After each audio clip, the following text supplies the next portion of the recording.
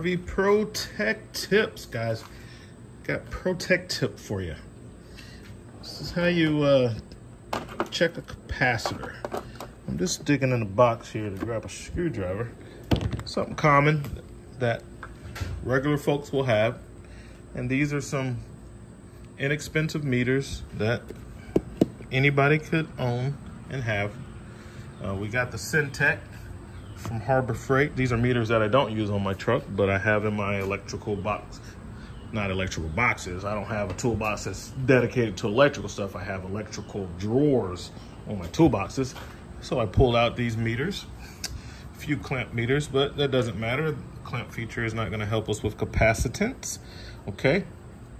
We got this Syntec CM300, Harbor Freight. Klein Tools CL390. We have the Proster CM6000 Pro and the Kaiweets Hotel Tango 206 Delta. All right, so these are the meters we'll be using. See if we get the same results, different results. I don't have any of the flukes or anything like that out here. We have a label on this one and on this one, so we know what the specs are, and all of these capacitors are rated with a range plus or minus 5%. This one plus or minus 6%. So this has a tighter tolerance. So I would say that that would be the better capacitor, tighter tolerance. Okay, but that's basically what they are, plus or minus 5%. I've seen them all the way up to plus or minus 10%. So it just depends on the manufacturer. What the screwdriver is for is just to make sure that we don't have any, just to make sure that it's not charged up still. And the white, which I like about these, they're color coded. So I like these Bojacks because of that.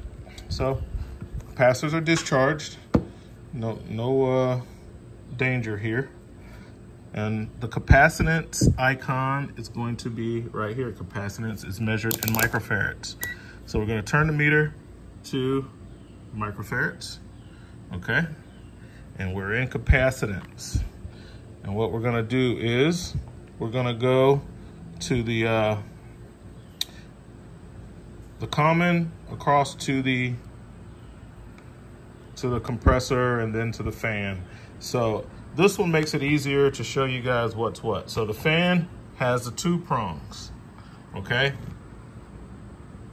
The compressor has 3 prongs, and the common has 4 prongs. So even though you might come across a capacitor that doesn't have it, you could look for the prongs, or maybe it's stamped on there somewhere letting you know what's what. But since we do know, we know that we're gonna take our leads and we're just gonna go from this side to this side. All right.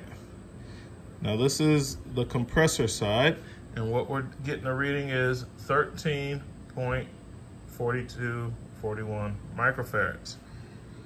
Well, from common to the capacitor, let's see what it's rated at.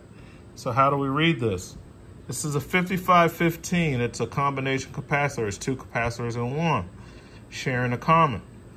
So on the compressor side, that is supposed to be 55 microfarads plus or minus 5%. So 10% of 55 would be 5.5. So just cut that in half for easy math. So you're looking about 2 or 3 microfarads plus or minus 55. So we'll just say 3 microfarads. So we're looking for 58 or 52, okay? And as we can see, that was way off, right? Because this is nowhere near 55, it's 13. So now check from common, which is gonna be, oh, I'm sorry, I did it wrong the first time. Sorry, guys. See, the common has the 4 prongs. Yeah, I did it right the first time. And So never mind, scratch that. I did it right the first time. This is a common with the 4 prongs. Let's turn this capacitor to match it so that we can have that all in view. 4 prongs is your negative, so to speak, and the 3 prongs is your compressor. So on that, we had 13. It's supposed to be 55. So you get a reading like that far off. If it's not 51, 52, or 58, it's bad, okay? So now let's go from the 4 prong to the 2 prong. So that's from the negative to the fan. Look at that. Less than 1 microfarad. It's supposed to be 15. That fan motor runs at 15 microfarads. So that's way off. So in this particular air conditioner, this is going to be a capacitor that you'll find in a Dometic, like a Penguin, Dometic Penguin style RV air conditioner. And they were having trouble with the fan starting. And when initially I was on the way to another call, but it was a customer of mine. I had worked on other stuff for him before, so I stopped real quick, pulled down the ceiling assembly, and hand started it because I heard that it was making a noise. Spun it with my hand, it started. Okay, I know it's gonna be the capacitor. It's not pushing out, it's not kicking that voltage up enough to turn over the motor. You see it kicks it up 370 volts. You know, it could be less. It could be like 250, 370. It depends on some other factors, but yeah. So now let's check. So we got a totally bad capacitor. You know, it was really bad on the compressor side and bad on the fan side. So it's a good thing that we changed that. Now let's look at a good capacitor. All right. The gnats are vicious today, guys. The gnats are vicious. So first, let's go and let's test the fan side. All right. Look at that. Almost dead on 15. Almost dead on 15. All right. And now let's go to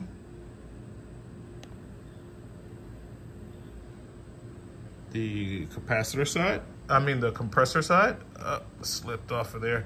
Trying to do this with one hand. Let me get my probes in a good spot. Okay. 54.55. So even though the tolerance range is it says 6%, this capacitor is dead on, man. 55.15. It's right there, man. So that's pretty good.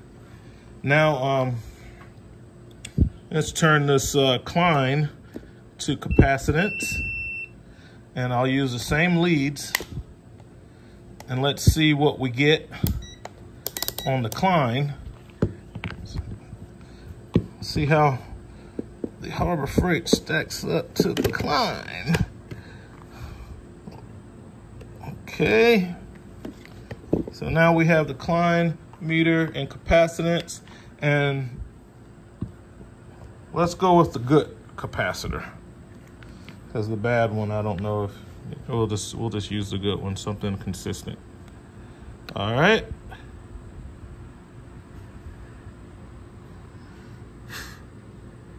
All right, so I have to put it, I don't have it in the right mode yet. There we go, microfarads. All right.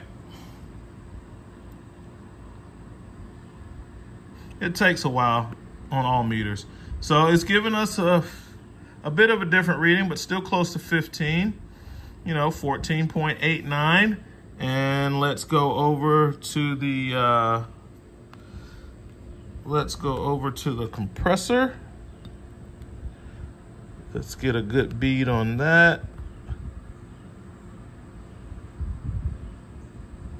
54.2. So it's not as close as the it's not as close as the Syntec. Now, which one's right? Well, I probably have to pull out one of my Flukes, one of my high performance meters, to see which one is closer. Okay, so Now let's move over to the Proster. My money would be that the Harbor Freight is more accurate than this Klein, because this Klein meter I have ran over with an Airstream Interstate, so it has suffered some damage. But a lot of features on it still work, so I kept it around, but that's why I got rid of it off of the truck initially before I started buying flukes. I had those, and yeah. After you run over it with a 10,000 pound vehicle, I don't know if I could trust it anymore. So, and some things stopped working. I had to get my buddy Bud, he's dead now, but he repaired it for me enough. Okay, now the Proster, I need to change the mode. Okay, so let's get to microfarads. There we go, microfarads.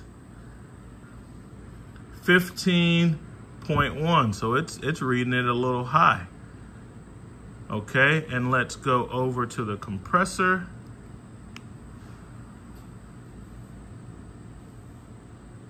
$55.22, so it's reading high. Both of these had it a little low, very slightly low. This Proster, it's reading a little high, still within the margin of error for the capacitor, so to speak.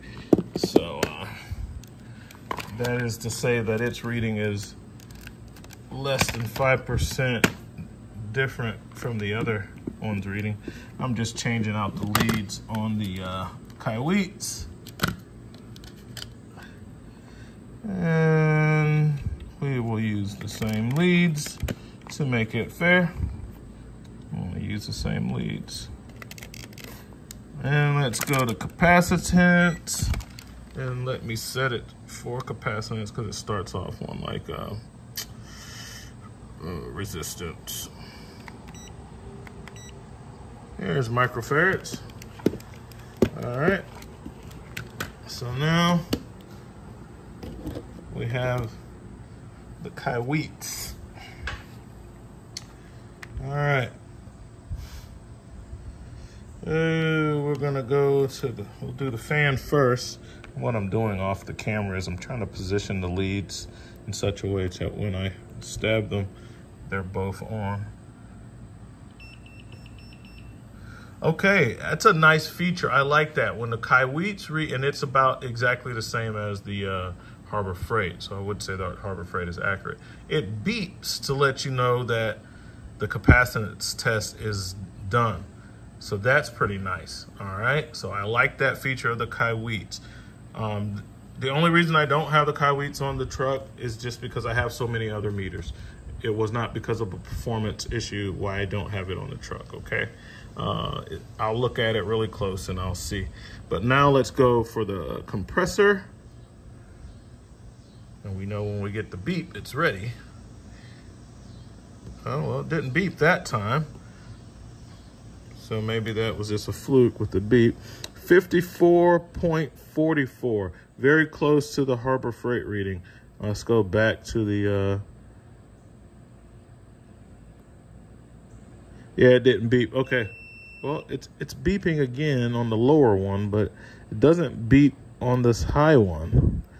Let's see, let's get my lead straight again. I don't know why it's not beeping on the compressor side. There we go, 54.44. So there you have it, guys. That's how you check a multimeter to see if it's good. As you can see, all the readings fell within the spec of the capacitor. The specs are on the capacitor, but there is also a range on your meter. You'll have to just kind of know that, what your accuracy range is on the meter. Now let's take a closer look at the Kaiweets. Is this an AC DC clamp? Let's see. Yeah, I don't, it's just, I have so many other meters that I don't have that one on the truck. There's nothing wrong with it. It does It can do AC or DC on the amp clamp, which all of them can't. This processor does AC and DC on the clamp. Let's see about the decline, the amp clamp, AC plus DC, and this has no amp clamp. So there you have it, guys. RV Tech Pro out.